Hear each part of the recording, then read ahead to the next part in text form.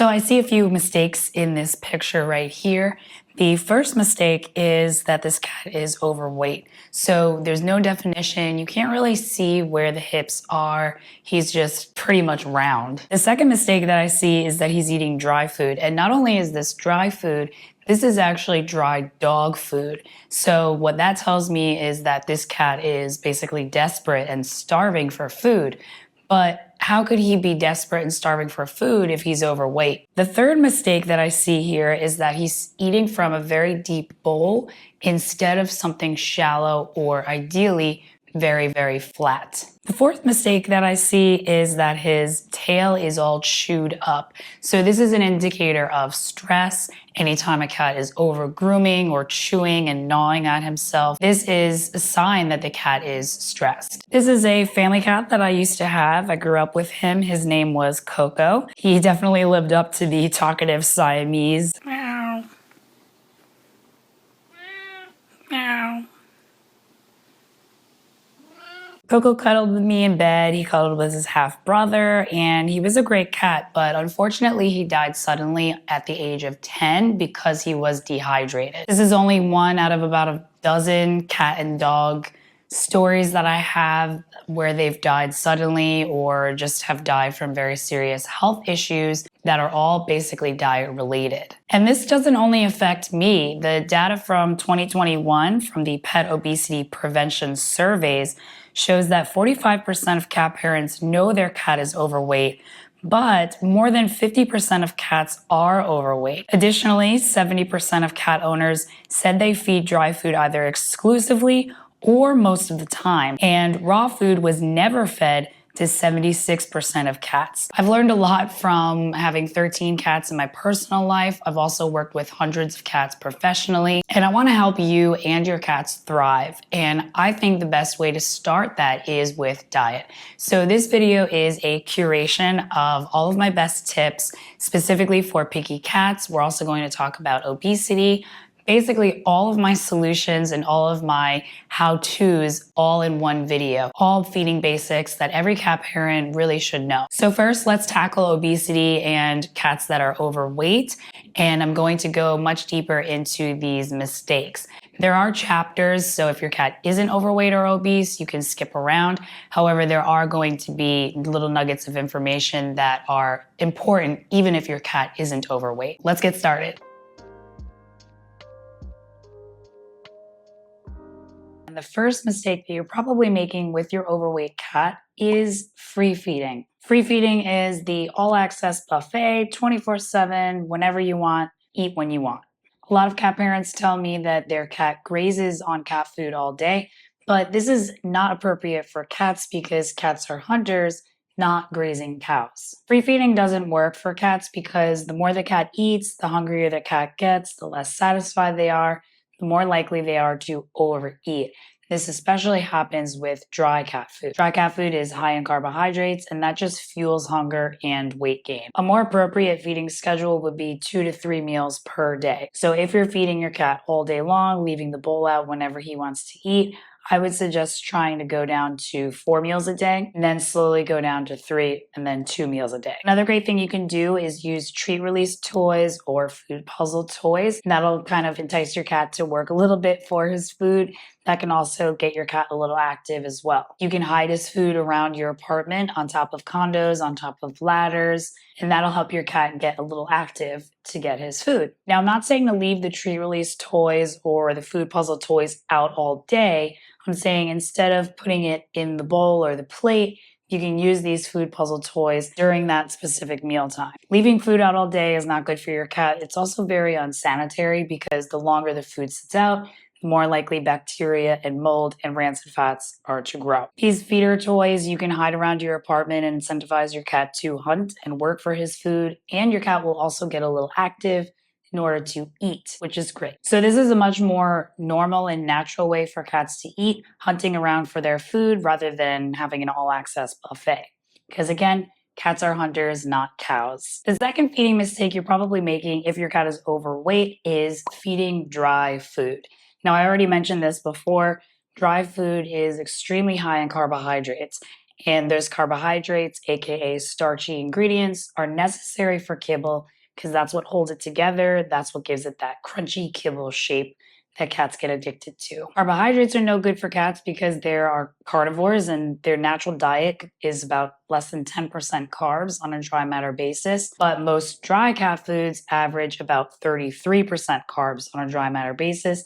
I've even seen as high as 49% carbs. And these carbs are dangerous because they break down into sugar. Again, they fuel hunger, they fuel weight gain, they wreak havoc on the pancreas and insulin production, and that's also why overweight cats are more likely to develop diabetes. So please stop feeding dry food. Dry food is also inappropriate for cats because of its low moisture content. High moisture food is absolutely necessary for cats. They rely on food for moisture, and that extra moisture is necessary for digestion, assimilation of nutrients, and your cat's bathroom habits. Your cat weight loss plan should include transitioning from dry food to either wet or raw food. Then, after the transition, you can slowly decrease the amount of food that you're feeding. First, it's super important to get your cat onto better quality food before you reduce the amount of food fed. Another reason that kibble is bad for cats is because it's low in meat-based protein. So a lot of dry cat food brands, as I mentioned, they have to include carbs and starches like peas, legumes, grains, all of that stuff binds the ingredients together. But cats can't use those ingredients. They need meat-based protein. Now, once your cat is eating 100% fresh, wet, or raw food, then you can slowly decrease the amount of food that you're feeding. Now, an important note here, if your cat is severely overweight or obese, he shouldn't lose too much weight too quickly. He's at risk for fatty liver disease if he drops too many pounds too quickly. So a general rule of thumb is half a pound lost per month. But you'll have to confirm this with your cat's doctor just to make sure that he's not losing too much weight too quickly. So let's say your cat weighs 13 pounds and you want to get him down to 10 pounds. If we go by half a pound lost per month, that would be 6 months total. So month 1, you would gradually decrease the amount of food that you're feeding until you reach what a 12.5-pound cat would require. Month 2, you work towards 12 pounds.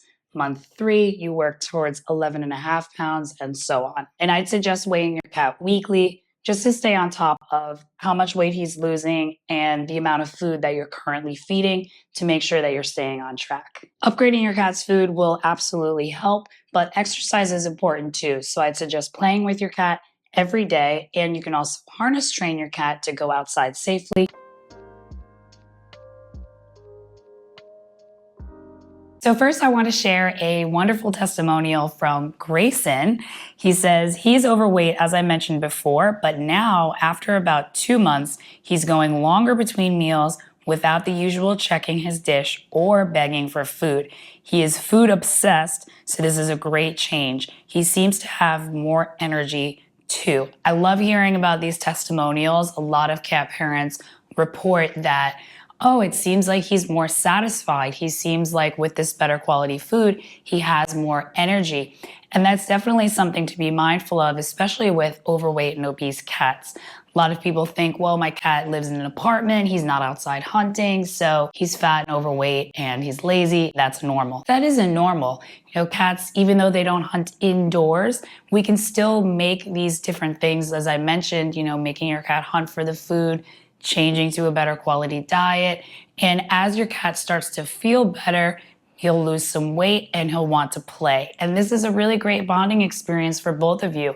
And watching your cat flourish and seeing these changes is really, really great encouragement and inspiration. So thank you for sharing that testimonial. And if any of you have also seen this transformation with your cat, please comment below so that cat parents that are new here can read your words and see that they're not alone and there is hope. Deb says, my vet says dry food is better for their teeth. I can't imagine brushing their teeth. So this is very interesting to me because veterinarians are medical doctors, right?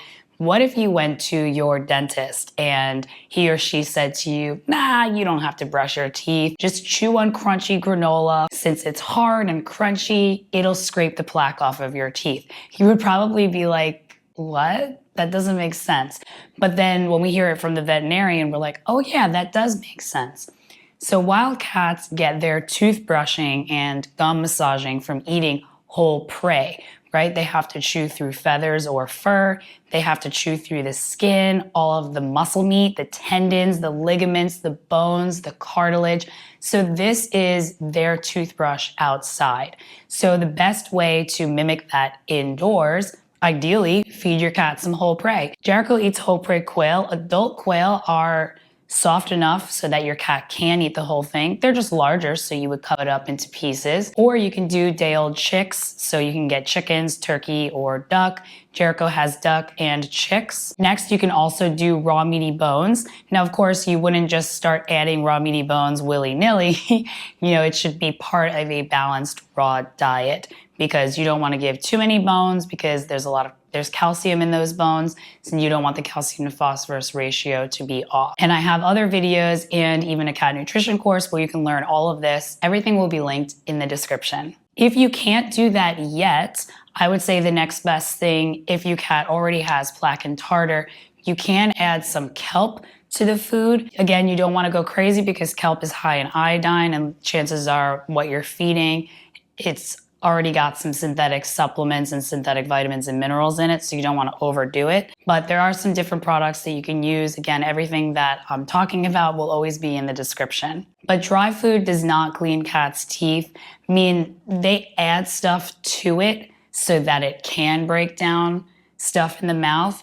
But I think that we should be relying on food and not additives to clean our cat's teeth. I would say that brushing your cat's teeth is much better than feeding dry food. If you are going to brush your cat's teeth, Dr. Karen Becker has a wonderful video teaching you how to do that. Again, links are in the description. But brushing your cat's teeth is only going to work if you do it every single day. So for example, right after a professional dental scaling and cleaning, plaque can start growing and forming on the teeth within hours. So if you're going to brush your cat's teeth once or twice a week, it's not going to cut it. It has to be every single day. So that's why my best solution is feeding your cat an appropriate diet that includes raw meaty bones, because then you don't have to brush your cat's teeth. He's eating the right diet and you're also getting the dental benefits from it. Now, other people on this video commented about how their cat is free fed, free choice. My cat eats whenever he wants and he's fine. But even if your cat is good at regulating his food intake, constantly smelling food is not good for them, because as soon as they start smelling food, the digestive juices start working. So basically that's when digestion starts. You smell the food, you start salivating, and then inside the body, the juices and everything start flowing because you're anticipating food, so your body is getting ready to digest food. So if your cat's constantly smelling the food, even if he's not right up next to the bowl, the cat's nose is way stronger than ours, I think it's like 40 times stronger than ours. So even if it's in the same room as your cat, he's going to smell the food, and that's going to kickstart the digestive process, and that's not good for your cat. Additionally, leaving food out all day isn't sanitary. I mean, kibble isn't this superhero food that's like completely resistant to bacteria. There are tons of pet food recalls for dry food containing salmonella. The longer it sits out, the more bacteria can grow, the more mold that can grow. Aflatoxin mold is a big one, mycotoxins that are in dry pet food because of all of the grains and corns and starchy ingredients. That can grow, and you also have to worry about rancid fats. So we have polyunsaturated fats that are in fatty meats and foods, and they oxidize very quickly. They're very unstable. So the longer that it sits out, you're going to have those rancid fats, and that can be detrimental to the cat's insides as well. So next, I'm going to address the number one complaint, the comment, DMs, emails that all cat parents say to me: my cat is too picky. Some of these tips and tricks I mentioned in the previous section, but I think that sometimes it's important to hear the same thing multiple times because sometimes it doesn't stick the first time, and I'm including myself in that too.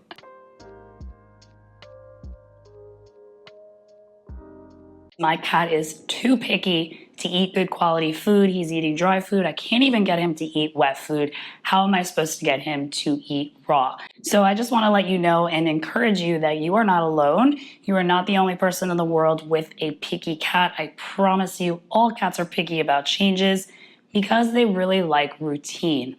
They also get addicted to certain foods and its texture. So this makes changing your cat's food really difficult. Typically, when cat parents tell me that their cat is too picky to eat better quality food, fits under a couple different instances. So number one, they're feeding dry food. Dry food is extremely high in carbohydrates, and that fuels hunger and fuels weight gain as well. And typically, when cat parents are feeding dry food, they leave it out all day, an all access buffet. I worked as a cat sitter with over 400 cats for 3 years before starting my online business.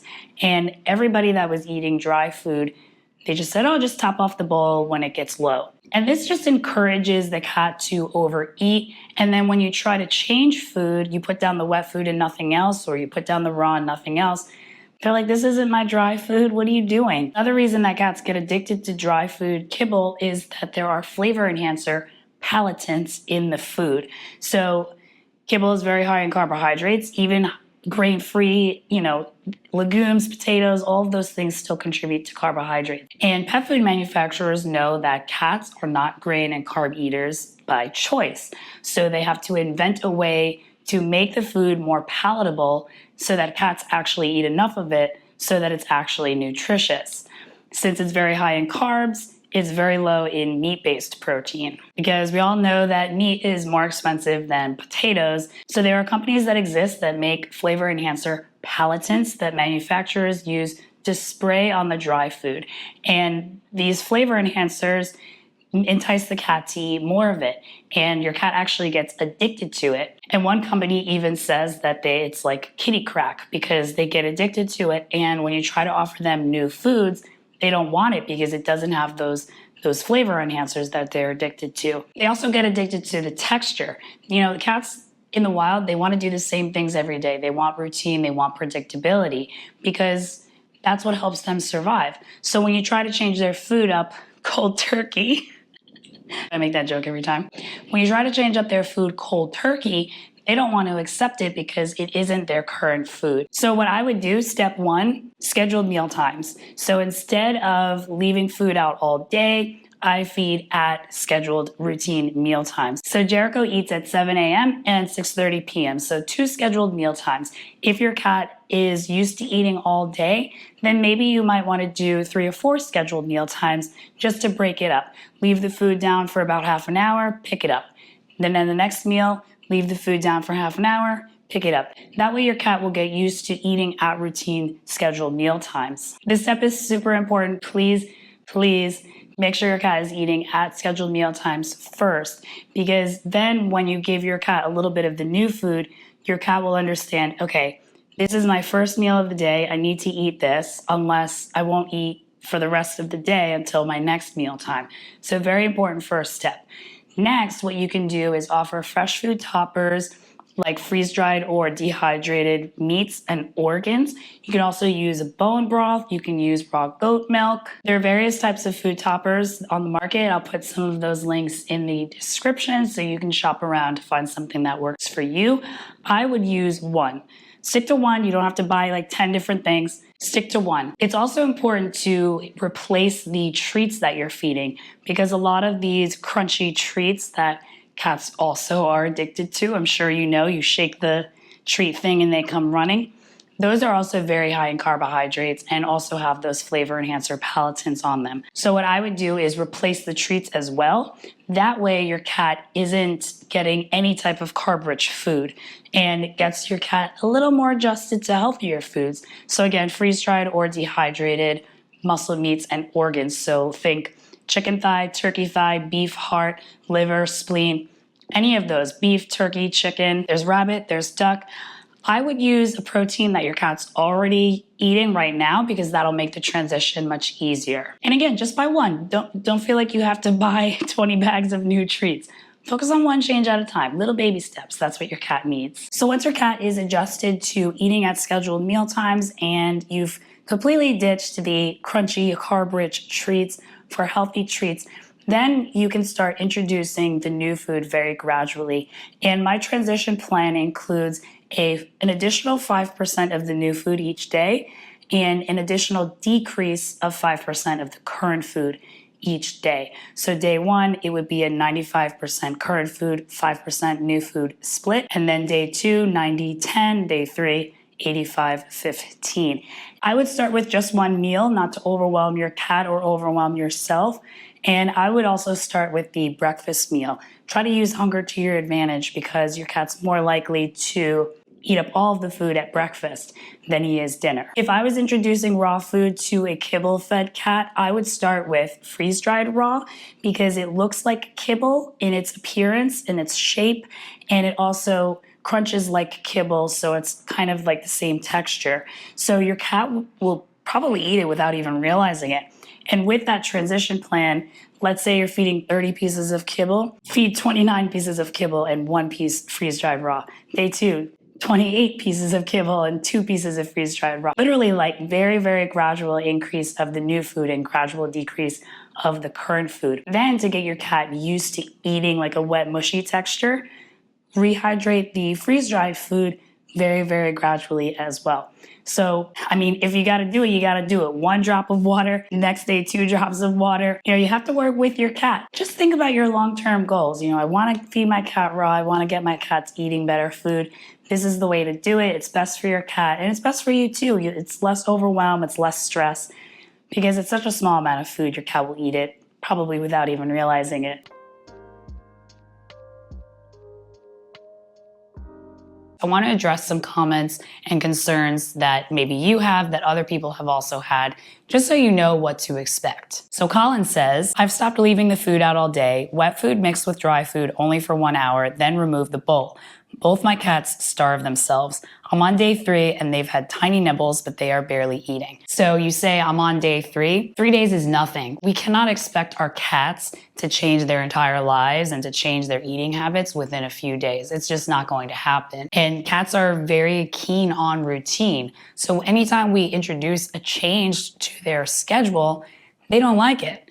You got to power through it. This is some tough love, but just imagine you had a child that only wanted chips and candy. Would you just give up after 3 days? No, you have to keep going. You have to be patient. You have to be persistent. Colin goes on, yesterday I bought out the dry treats for some exercise and play, and they gobbled them up right away, acting like addicts wanting more. Yes, so you probably went backwards, and you even mentioned this in the comment that you probably went backwards, and that intuition that you had is correct. So those dry, crunchy, carb-rich treats form an addiction because they have flavor enhancers, they have these fats that are sprayed and coated on the food. They do this with dry food as well. Cats get addicted to this. Again, I've already mentioned this, but we gotta say it multiple times before it actually sticks. So don't cave, don't go back to the candy, don't go back to the chips, because you're going to go backwards on any progress that you may have made. Now for some inspiration, Stiffy says, it was a long journey, but this strategy really works. My cats both are happy and healthy. Kibble to wet transition, full raw is not an option right now, but hopefully in the future. That's amazing, and I'm so grateful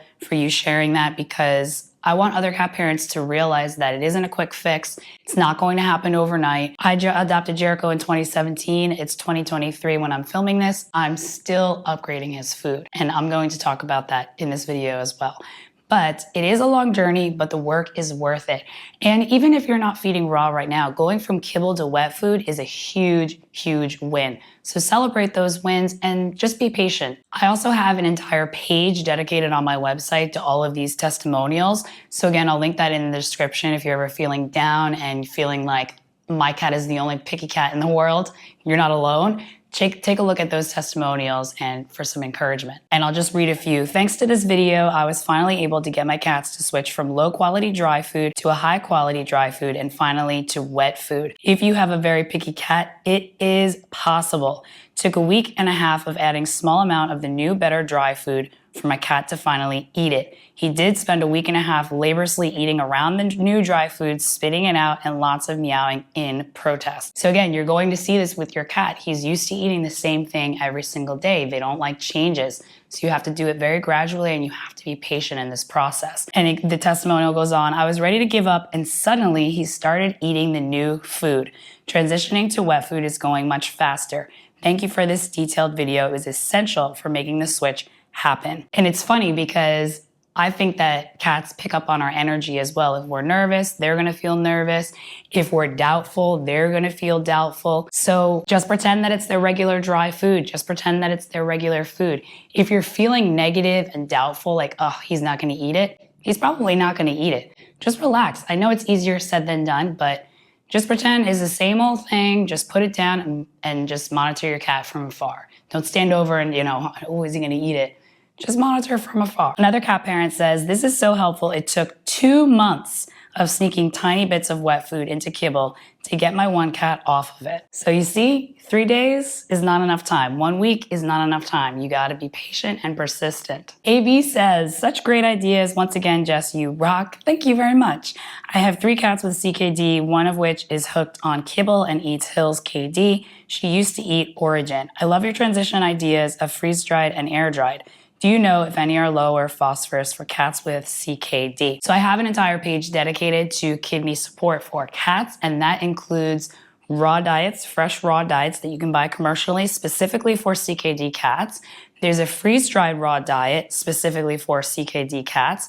There's also homemade diets specifically for CKD cats. So there are fresh food diet options, and many of them are formulated by veterinarians. So your veterinarian will be happy to see that his or her colleagues are actually creating these foods. Aisha says, what if you can't get them to eat freeze-dried raw? She will eat it dry, but not wet. Isn't that bad because it has bone in it and can cause dehydration? So ideally your cat would eat it fully hydrated, yes.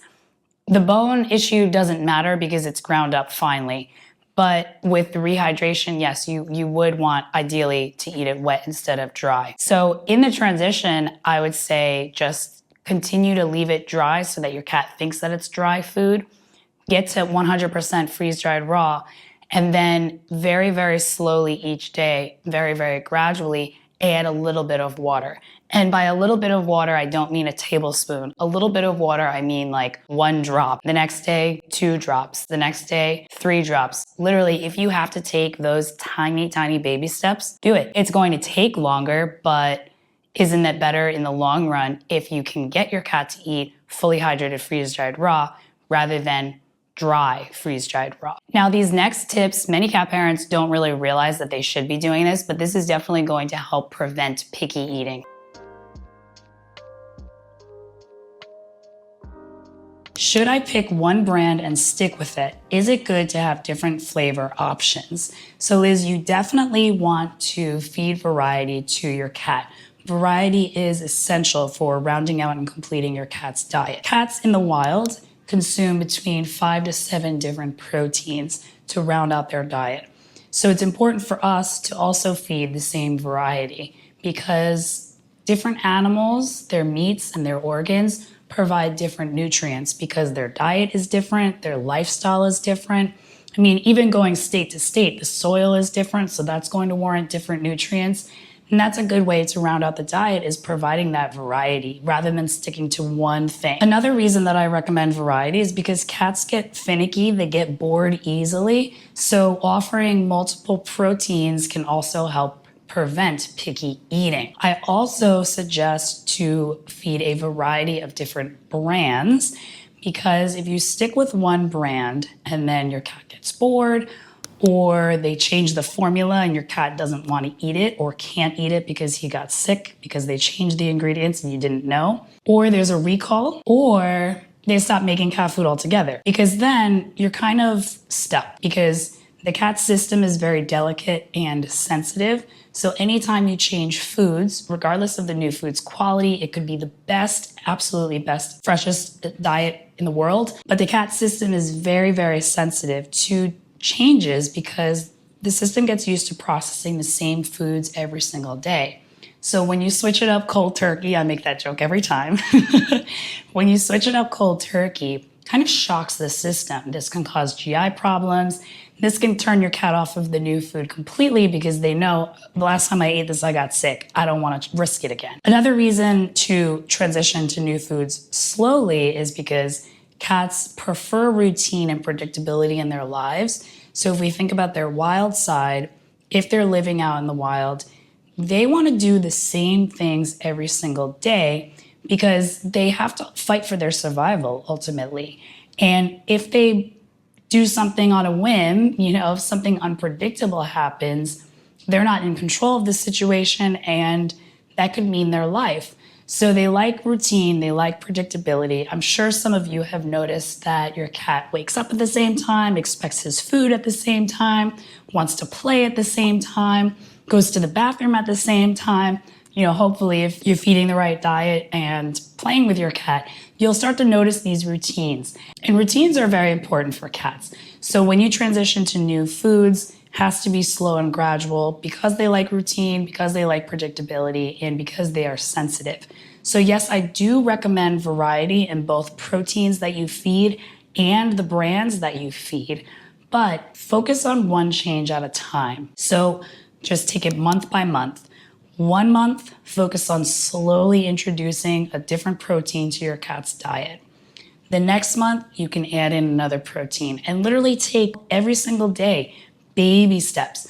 Add 5% of the new food, take out 5% of the current food. Second day, add 10% of the new food, take out 10% of the current food.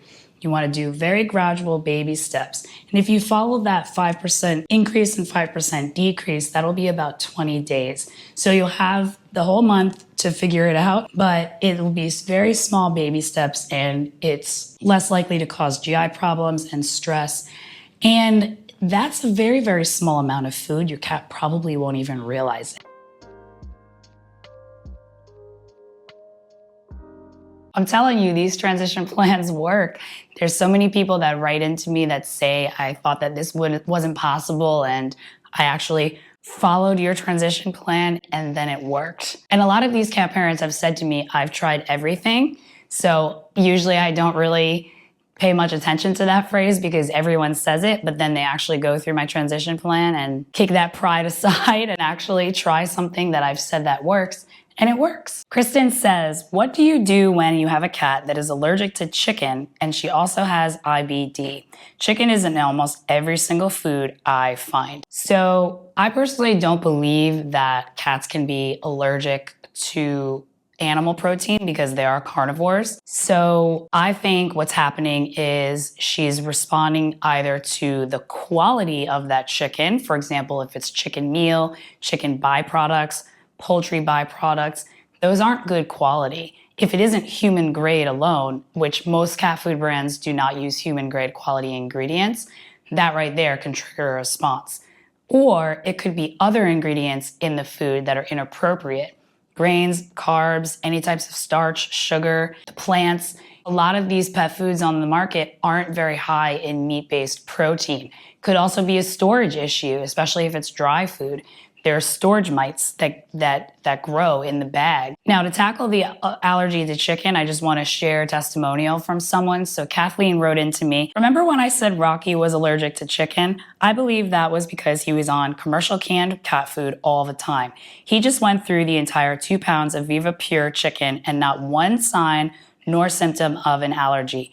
No sneezing, no itching, no coughing. So again, I think it really comes down to the quality of the food, the quality of that protein, and the other ingredients that are in that. So to give some context, Viva Raw Pure is raw.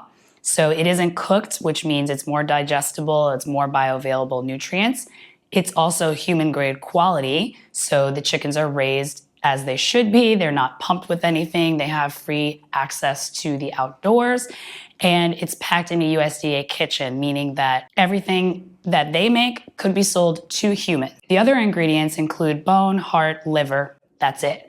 And you would mix it with some supplements. So again, I really think it comes down to the quality of the protein as well as the other ingredients that are in the food and some storage issues. With raw, it's fresh.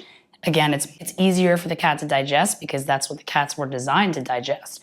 Whereas cooked and processed food, cats, they can't get a lot of those nutrients from that food. That's why the manufacturer has to add all of these synthetic supplements to it. Now, in regards to IBD, this is a digestion issue. This is a gut issue. This is related to food. So raw, again, is fresh, easier to digest. So that's going to be better for cats. There's actually a study among cats with IBD that were fed raw and their stools improved in just 7 days.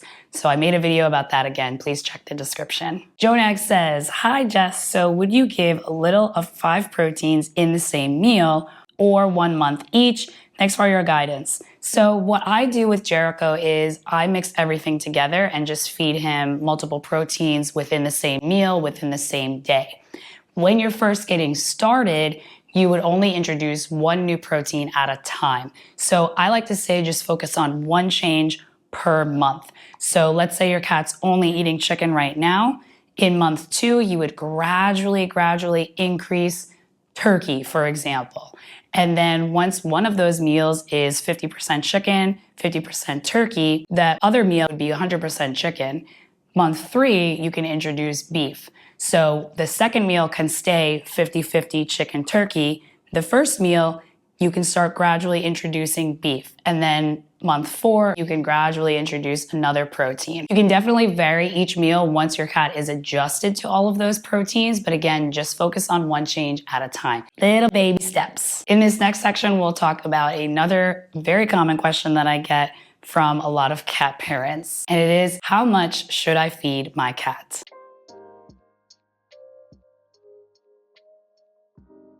Liz also says, how much should a cat eat?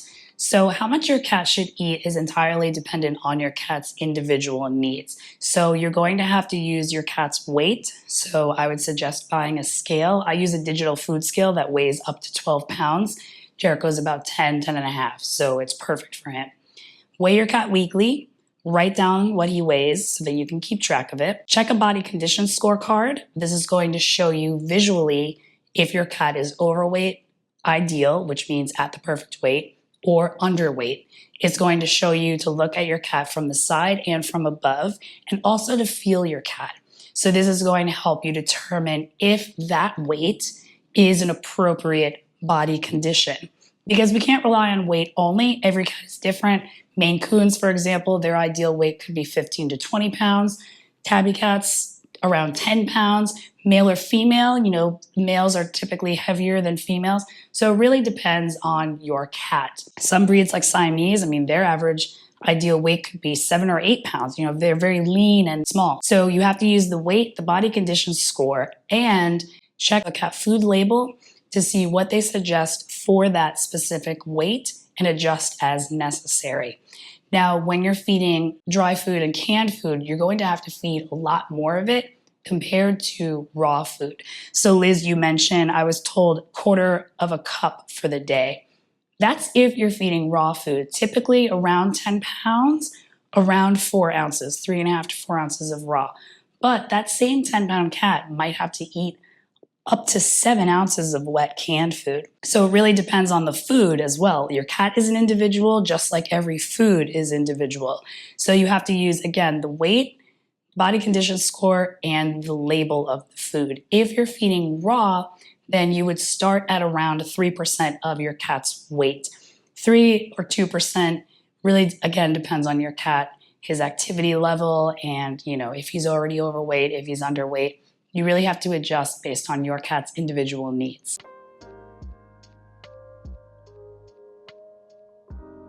So individual needs are super important. And I mentioned this before, I have a cat nutrition course you can enroll in the description.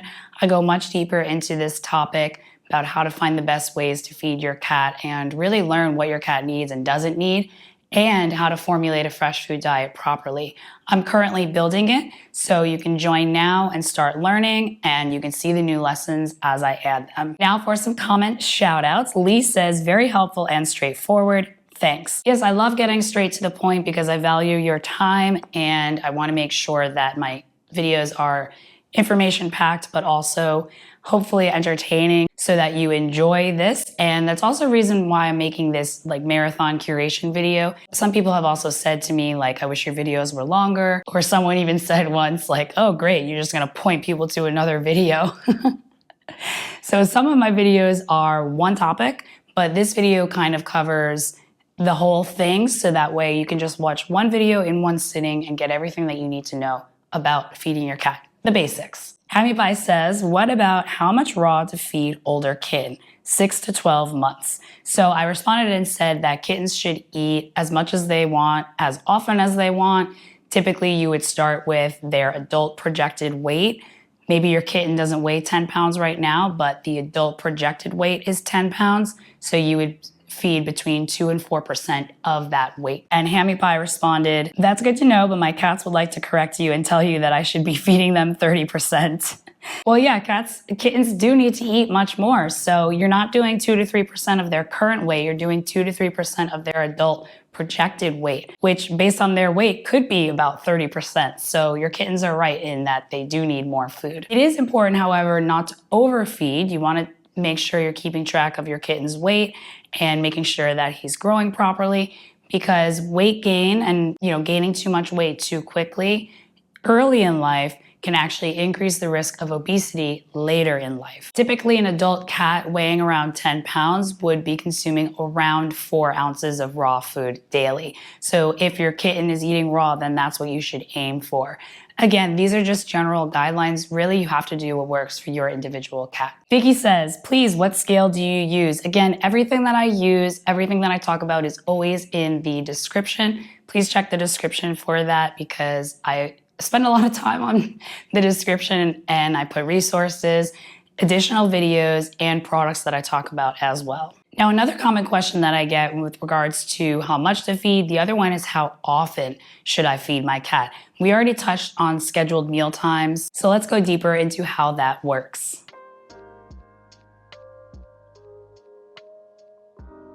I think the best way to approach this is, what would the cat do in his natural habitat? So we have to understand that cats are both predator and prey out in the wild. Just think of birds of prey that hunt small animals on the ground. So for cats, they typically will hunt at dawn and dusk because it's still kind of dark out, so they can hide from their predators. But because of their eyes, they can reflect light and bounce that back so that they can see better. And that's also when their prey are most active, at dawn and dusk, because their prey also have to worry about those birds of prey. And with their additional vision, they also have really good hearing. And then they have their whiskers that help them feel if prey is near them. So they have all of these physical attributes that help them hunt even though it's dimmer lighting and dimmer settings. Now, I used to feed 3 times a day, and I've actually transitioned to 2 times a day. I don't know, I just personally think that this makes more sense, just doing in the AM and in the PM, because the third meal was only about an hour and a half after the second meal. So it's kind of like, what's the point of breaking it up? I don't know, that's just what works for me. So now what I'm doing now is feeding Jericho at 6:30 in the morning and 6:30 p.m. And that's about the time where I live when the sun rises and when the sun sets. But I kind of like to keep it about 12 hours apart because it's even. And I've found that when I do it this way, Jericho also uses the bathroom at the same time, so that stays consistent as well. Now, he does have an afternoon snack. At noon, I give him some treats. So I use freeze-dried treats, I use beef spleen, and then a combination of beef, meat, and organs. And I break them up into tiny pieces and hide them on jar lids around the apartment. That way he can hunt around and kind of break up the day. And they're very, very tiny, tiny pieces, so it's not a full meal. And so I do that because it provides mental stimulation, and kind of simulates the hunting experience. I don't hide his actual meals around the apartment because it's all wet and mushy and stuff. So I get the mental stimulation and the hunting experience that way when I hide the treats around the apartment. And I also split up his morning and night meals evenly, like ounces that he eats. I just split it in half. What he eats in the morning and what he eats at night are about the same. When I portion his meals, it's all in one container, so I kind of just split it in half and feed one in the morning and one at night. So I've actually changed a little bit how I'm portioning Jericho's food and how I'm feeding it. I'm constantly upgrading and improving as I learn. So I'm also making videos as I upgrade and learn, so you can check out those playlists in the description below. Ed says, I have been owned by cats most of my life since I was 8 years old. I learned something new from every one of your videos. One thing I do know, cats do not understand time changes or sleeping in on holidays. Keep the videos coming. Yes, I love the sound of your voice. Thank you, Ed. And yes, cats don't understand, oh, it's 6:30, time to eat, let's go. But they do understand times based on the sun, and they do understand times based on our routines. So for example, if it's super dark and rainy, Jericho, sometimes he sleeps in, or just depending on his activity the night before. Like today, this morning, Jericho slept in until 7:30, surprisingly. Usually he's up and at it around 6. Another routine that I have is I take a walk, and when I come back, I give Jericho his treats. Sometimes I go out a little earlier, and when I come back, even though it isn't his specific treat time, he thinks that it is because he knows when I go for a walk and come back, I give him his treats. So yes, of course, they don't understand like clock time, but they do understand time based on the sun and our routines. Karen says, my cats wake me up when it's breakfast time, anywhere between 3:30 and 6 a.m. They walk on my face or sit on my pillow with their fur on my nose so that I can't breathe. Yeah, Jericho, sometimes he does this too. He digs on me, like when he's digging in the litter box, or he paws at my face like, come on, it's time to wake up. My mom's cat, she usually has the door closed because the dogs are in there. My mom's cat will put his paw under the door and grab, and sometimes he'll just leave his paw under the door. Bianca says, great info. How often would you feed a kitten? Mine is just over 2 months old. So I talked about this a little bit before. Since kittens eat a lot of food compared to their weight, you should feed kittens pretty much as often as they would like. Now, that doesn't mean to just leave food out all day. Probably, I would say maybe around 6 meal times throughout the day. And as they get older, then you can start to reduce those meal times because you don't want your cat to scarf and barf. Again, they have to eat a lot more food at one time. So break those meals up into multiple meals throughout the day based on what works for your schedule and how your kitten responds to it. And then again, when they start nearing the adult age, reduce that down to, let's say you're feeding 6 meals, gradually reduce to 5, and then to 4, 3, and then to 2 when they're an adult. Okay, so you've got a good feeding schedule. You know how much to feed your cat. Now let's talk about some feeding essentials that you need that a lot of cat parents also ask me about.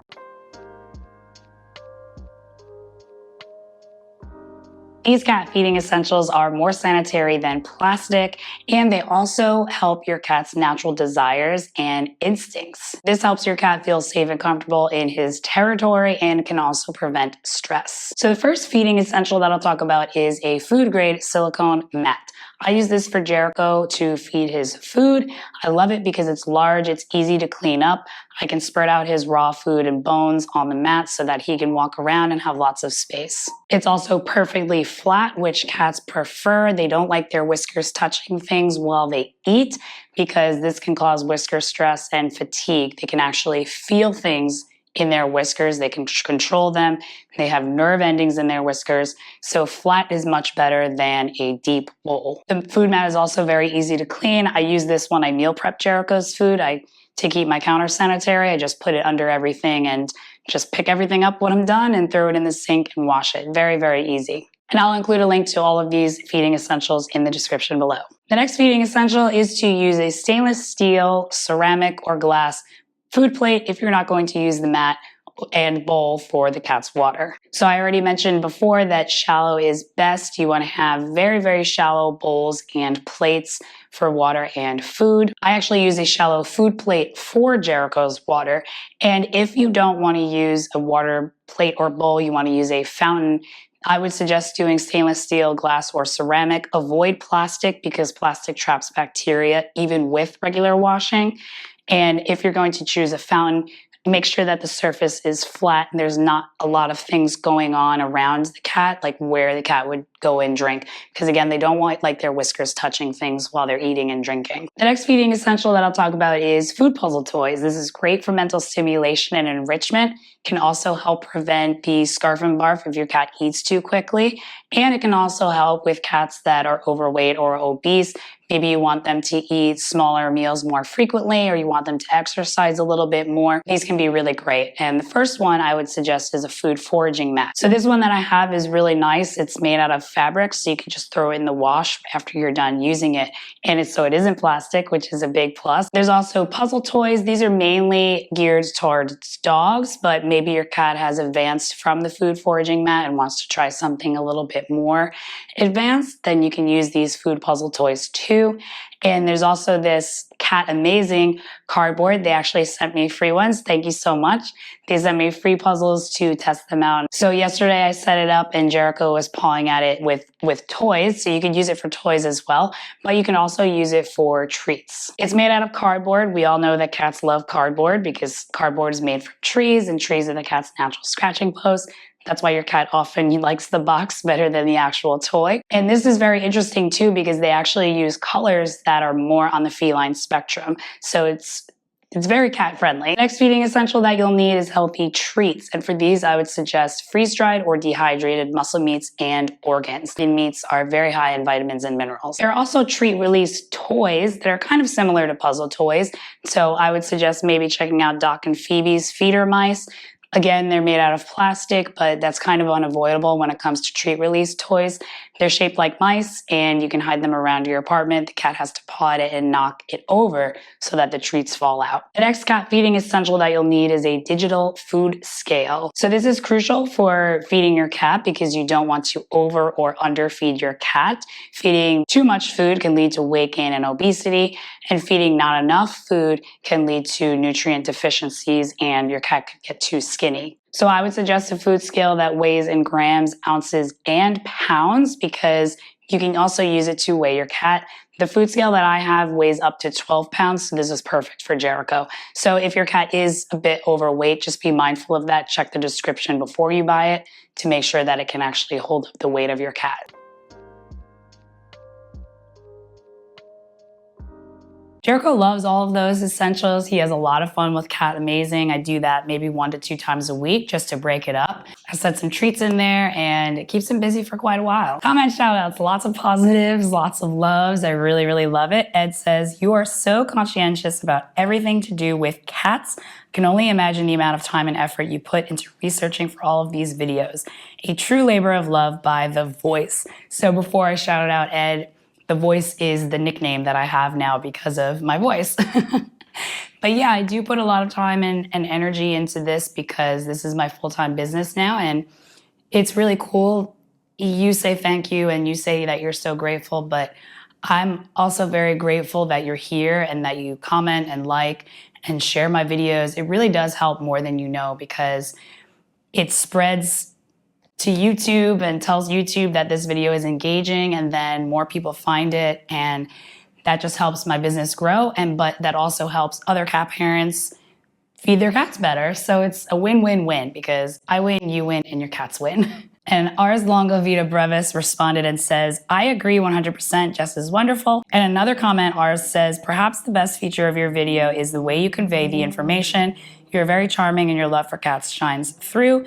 Thank you so much, and love to Jericho. Thank you so much. I love these comments. They really do keep me going, and I'm really, really grateful that you take the time to watch my videos, but also to leave those comments. I'm really, really grateful. Sarah says, OMG, I love her voice too. Just got a new kitten and I'm binging all of her videos. Thank you so much for watching, and I'm so grateful that you found my channel, and it's great that you're going to start with a kitten now because that's definitely going to prevent picky eating in the future. Patty asked for pictures of continuous fresh water bowls. So I actually don't use water fountains. Jericho just has still water. He gets all of his moisture from food, frankly. He eats 100% raw, and I add a little bit of water to that. So he very rarely goes for the water bowl. Of course, I keep water dishes out, have one that's very shallow, very, very low, and then also a deeper bowl, just so he has different options. And I've seen that he drinks from both of them. But just look online. Again, there's products in the description. I can't really provide a picture of it because I don't have it. So I mentioned this in previous videos, but again, like I said, sometimes we need to hear the same thing multiple times before it sticks. So in the next section, we're going to talk about why we should stop feeding our cats in deep bowls.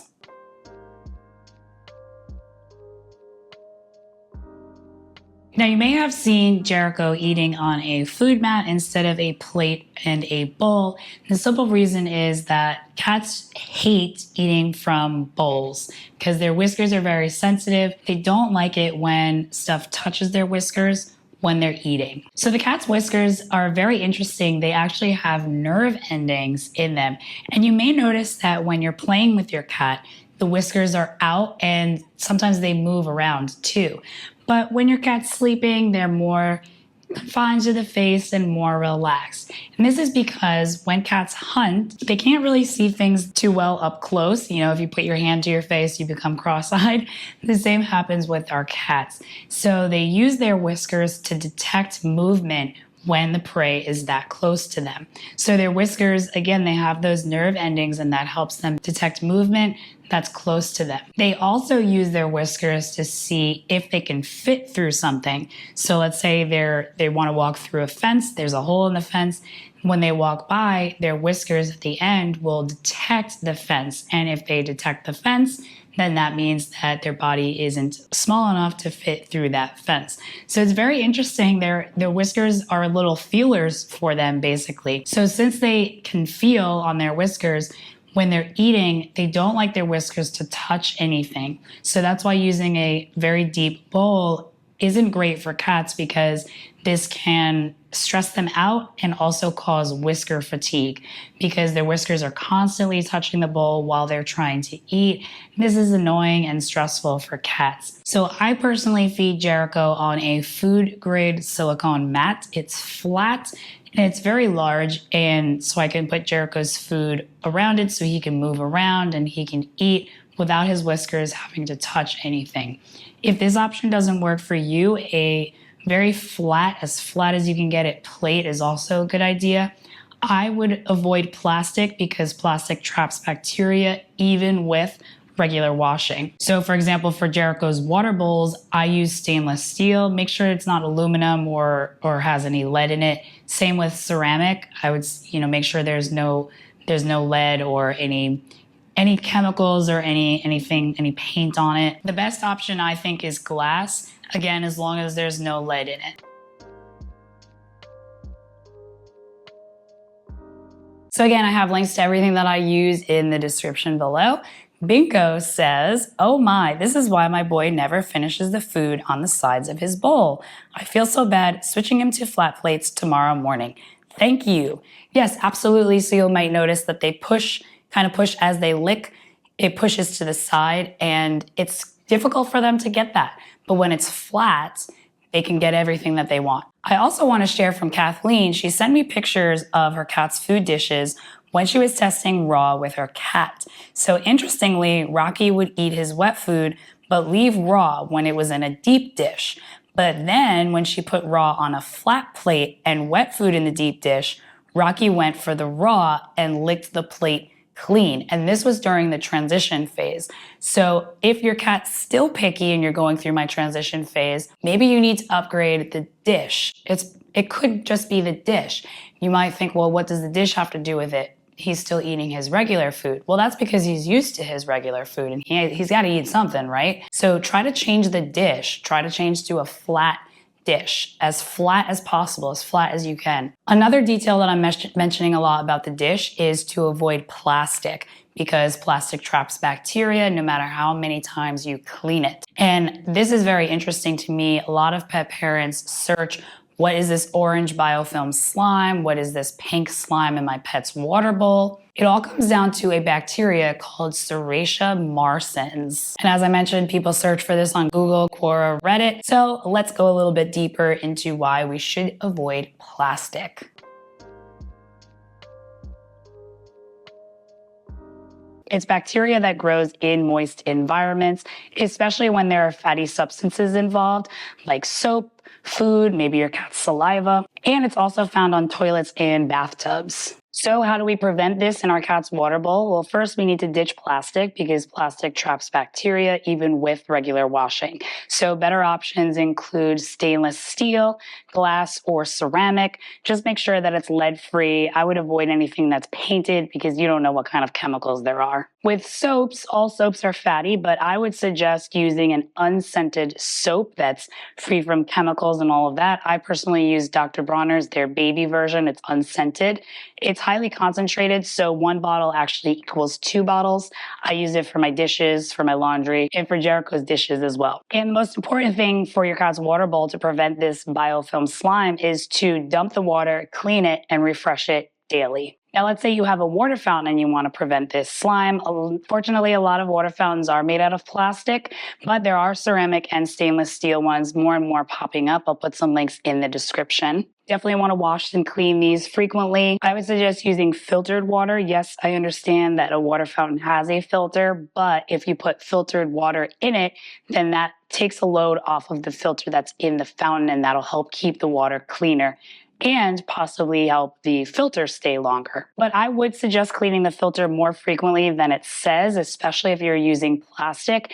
And I would suggest cleaning it out completely, including the pump, very frequently, especially if you have multiple cats that are constantly drinking from it. Because you have to think maybe some food particles are going from their mouth into the water fountain. And again, those fatty substances are going to create that bacteria.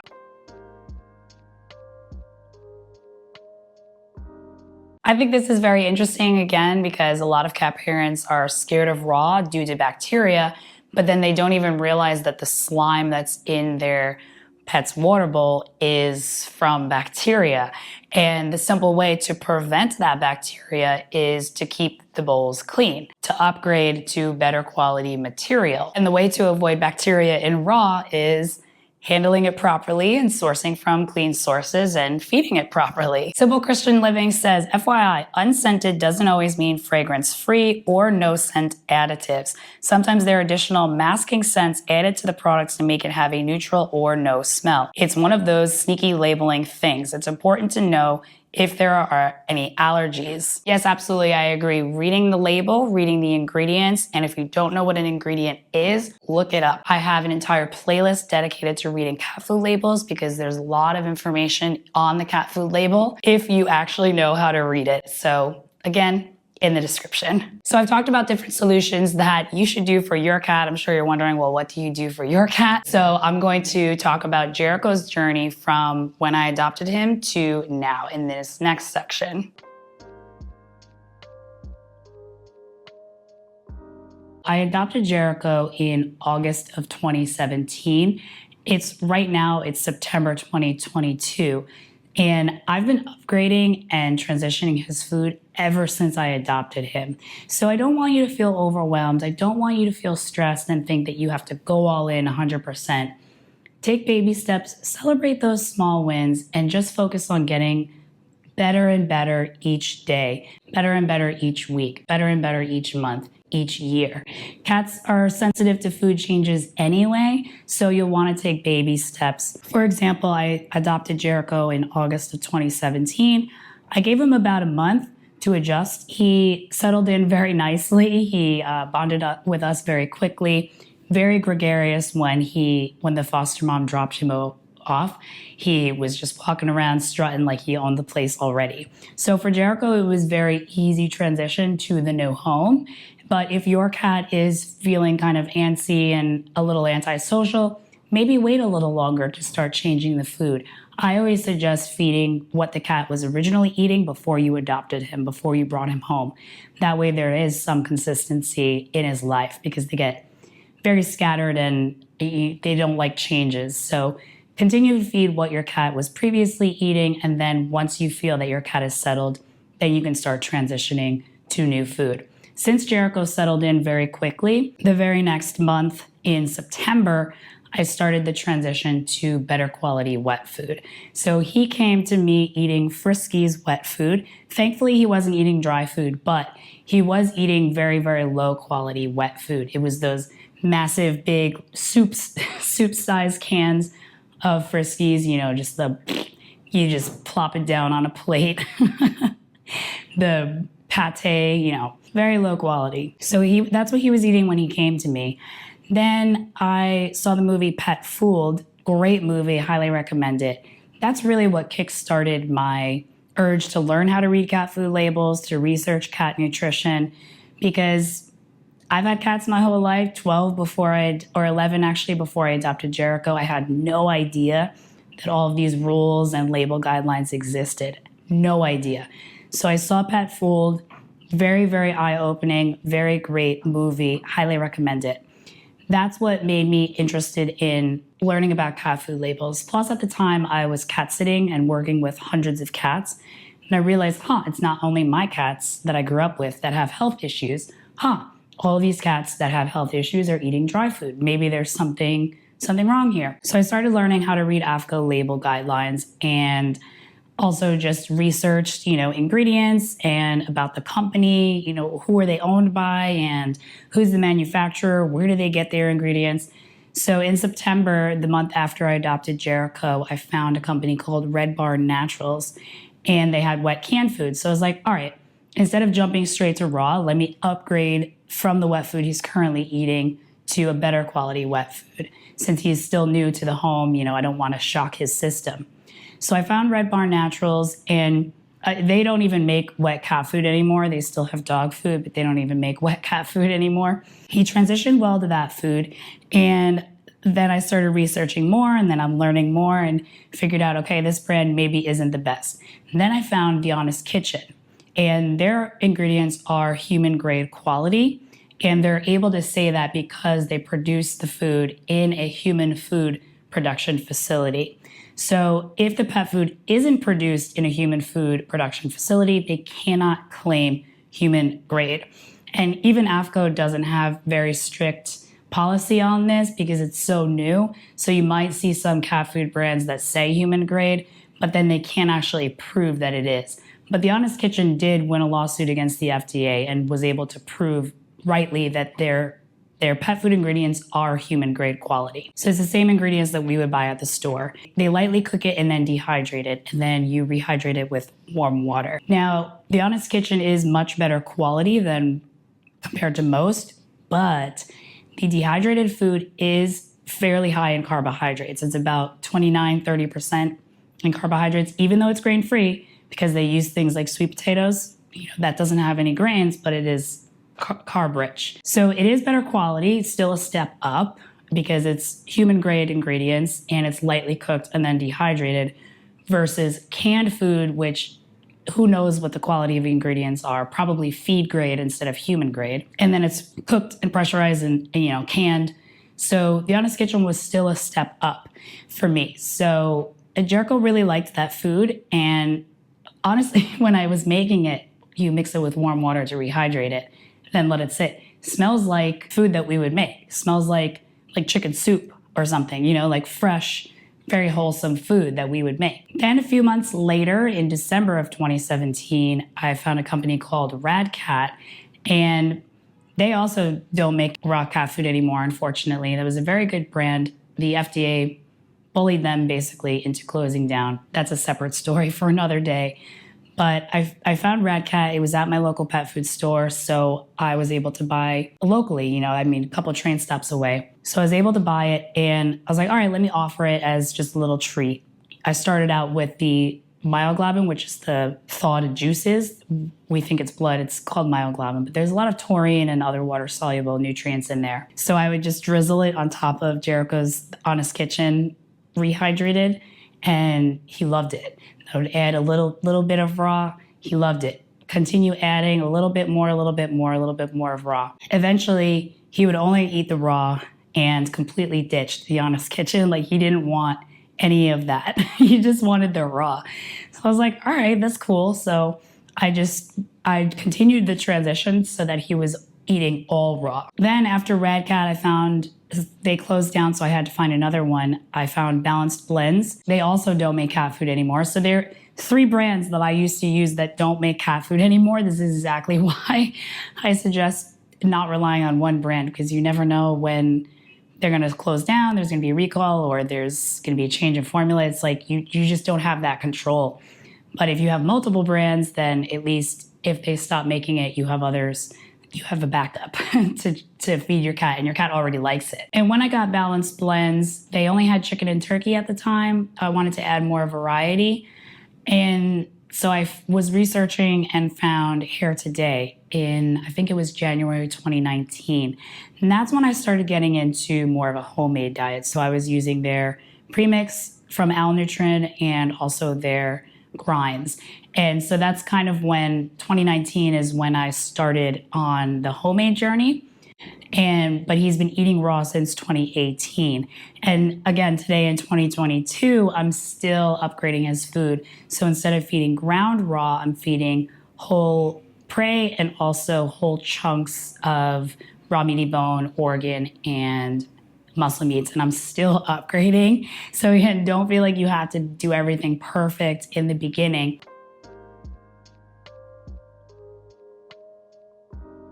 MK says, this is such a good video. Nice overview to Jericho's story, and it helps to see all the phases you've been through on your journey to raw feeding. I'm so glad that it was helpful. I thought that it would be, considering that I talk about different things that you should do. And what I've done for Jericho works, so that's why I'm teaching it to all of you so that it can work for you as well. And as I mentioned before, it's 2023 and I'm still upgrading and improving as I learn. Gunnan says, all my cat is stray or abandoned. I don't know anything before they came into my house. So if that's the case, maybe you should go straight to raw. Chances are if they lived outside, they were eating whole prey. I mean, a lot of people do feed stray cats, mostly dry food, sometimes wet food. But if they live outside, their instincts are going to kick in. They know how to hunt. Their mom teaches them how to hunt when they're babies. If there's food around, they're going to eat it. Maybe just go straight to raw and see what happens. AB says, love hearing Jericho's story, and good point about why variety is important, because things out of our control happen. Absolutely, and that's why I will always say that homemade cat food is the best option because it's completely in your control. So you have control over the ingredients. You know, as long as you're using a recipe, you have control over where you buy those ingredients and the quality, and you have control over how it's made. AV goes on about Pet Fooled and says, it's well made, but also can be upsetting. This movie still haunts me. If you are sensitive, just stick with Jess. She will teach you what you want. Thank you so much for the recommendation, and I completely understand that Pet Fooled can be haunting. There's a lot of great information, but it can be a bit shocking. Honestly, the truth often is, and I understand it is hard to both realize and then also accept that pet food companies are lying to us. They aren't using good quality ingredients, and unfortunately, what we've been feeding our cats and dogs for decades is the exact opposite of what they would eat in the wild. But I kind of view it as I'd rather know, even if it is shocking and upsetting, I'd rather know the truth and be able to do something about it rather than just be blinded. But yeah, if you are sensitive, maybe don't watch it. You can learn everything from watching my videos as well. Now, I want to mention that one of the brands I used to feed to Jericho, The Honest Kitchen, they do still make food. Unfortunately, they did not make it on Susan Thixton's 2023 list, so I wouldn't suggest it. They might still say that it's human grade quality, and the reason that they can say that is because if it's packed in a human food production facility where the USDA is and inspects, then it would be human grade. But I think that they were on past lists of Susan Thixton's, but they weren't on the 2023 list. If you aren't familiar with Susan Thixton, I actually learned about her from the movie Pet Fooled, but she puts together a list of pet food brands that she would feel comfortable feeding her own pets. They provide proof, verification, and certifications to her about the quality of their ingredients. So she reaches out to a lot of pet food brands, and some of them respond and provide this verification, and some of them don't. So I highly suggest checking out her list. Again, that'll be in the description below. And once your cat is adjusted to raw, check out this playlist right over Mia. It is my cat nutrition course so that you can learn more about nutrition and formulating pet food at home. Thank you so much for watching.